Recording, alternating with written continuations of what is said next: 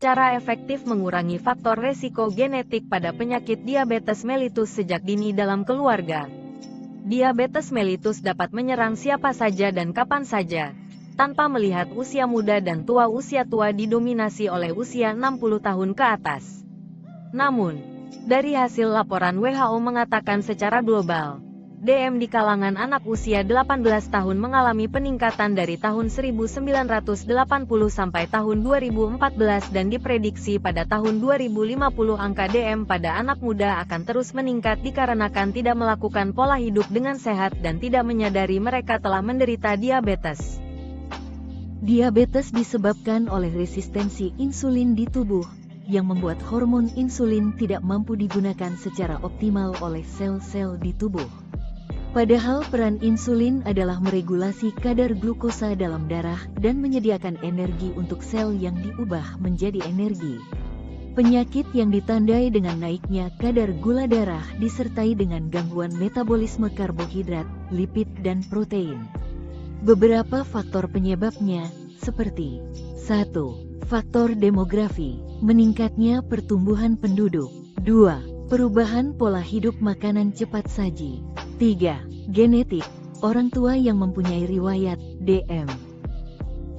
Adapun program yang bisa diadakan oleh para tenaga kesehatan di puskesmas sekitar tempat tinggal mereka adalah program Prolanis atau program pengelolaan penyakit kronis. Ada 6 kegiatan Prolanis yaitu: yang pertama, konsultasi medis. Yang kedua, edukasi peserta Prolanis.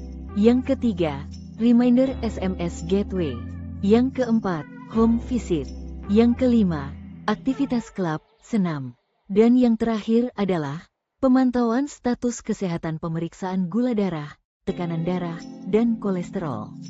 Tujuan kegiatan Prolanis yaitu untuk mendorong pasien yang memiliki DM supaya mencapai kualitas hidup yang optimal dengan biaya pelayanan kesehatan yang efektif dan efisien.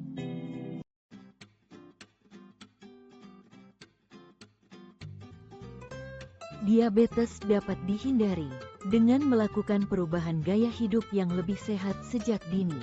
Sensitivitas tubuh terhadap insulin akan meningkat. Hal-hal yang bisa kita lakukan untuk mengurangi resiko penyakit diabetes dalam keluarga. Nomor 1, rutin berolahraga, meningkatkan produksi insulin sehingga kadar gula darah terkontrol, membakar kalori sehingga menghasilkan energi. Nomor 2, menjaga berat badan tetap ideal, agar tidak obesitas. Karena akan mengganggu kerja metabolisme tubuh sehingga tubuh tidak mampu merespon insulin dengan baik. Perhatikan juga asupan karbohidrat dan gula yang masuk ke dalam tubuh. Nomor 3, menerapkan pola makan sehat. Nurse, gimana sih cara menerapkan pola makan sehat itu? Ada 5 hal yang harus dilakukan ya. Apa itu? Akan saya jelaskan. Yang pertama, kurangi makanan cepat saji, gula yang tinggi dan lemak. Yang kedua, mulailah konsumsi nutrisi, serat, dan vitamin. Ketiga yaitu, perhatian porsi makan, jangan berlebihan.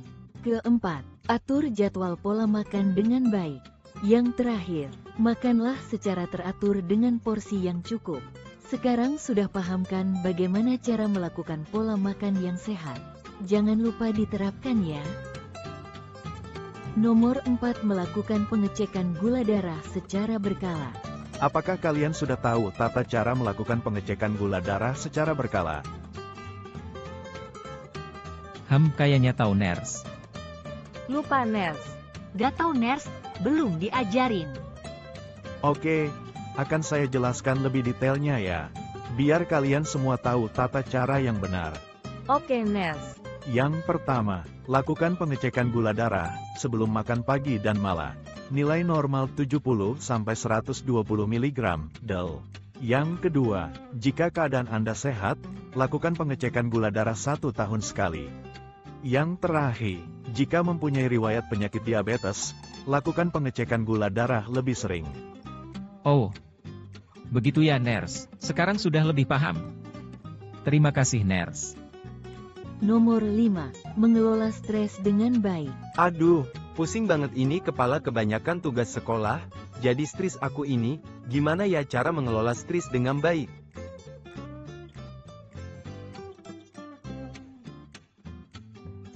Kenapa nak? Baru pulang sekolah kok nangis gitu? Lagi banyak tugas ya nak?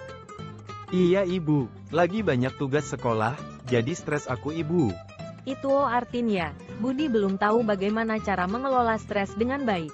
Akan ibu beritahu bagaimana cara mengelola stres dengan baik ya. Budi bisa bercerita kepada ibu. Jangan dipendam sendiri ya. Budi harus selalu berpikir positif. Terus lakukan relaksasi dengan membayangkan tempat-tempat yang ingin Budi kunjungi. Dan selalu beribadah yang taat. Baik Bu, Budi akan mulai menerapkannya. Nomor 6. Rajin minum air putih.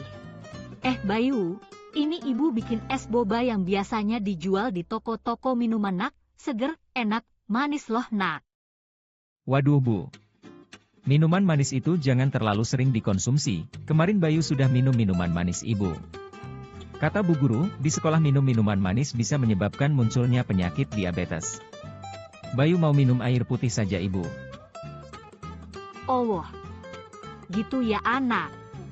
Ibu baru tahu. Iya deh Bayu minum air putih saja yang banyak. Tadi Bayu di sekolah dijelaskan penyakit diabetes itu dapat dihindari dengan rajin minum air putih, menghindari minuman manis, selalu membawa botol air minum kemanapun dan menaruh gelas air di samping tempat tidur Bu. Nomor 7. Mempertahankan kadar vitamin D. Bu Guru, aku mau tanya, apa saja makanan yang mengandung vitamin D Bu? Makanan dengan kandungan vitamin D yang pertama yaitu ikan salmon. Kedua, yogurt. Ketiga, buah-buahan. Dan terakhir yaitu sayur-sayuran. Vitamin D bertujuan untuk meningkatkan sensitivitas tubuh terhadap insulin. Nomor 8. Melakukan perawatan kaki teratur. Lagi potong kuku ya nak? Bagus. Bersihkan kuku secara teratur dapat mengurangi faktor risiko terkena penyakit diabetes. Iya Bu, aku juga selalu memakai alas kaki dan selalu menjaga kebersihan kaki. Nomor 9. Menghentikan kebiasaan merokok. Waduh, pagi-pagi gini Pak Dodi sudah melakukan kebiasaan buruknya, merokok ya. Iya nih Bu. Bapak-bapak ini mempunyai kebiasaan yang berbeda. Hentikan saja Pak Dodi kebiasaan merokoknya. Merokok bisa menyebabkan peningkatan kadar gula dalam darah. Dalam kategori prediabetes. Iya deh Bu, akan saya kurangi pelan-pelan.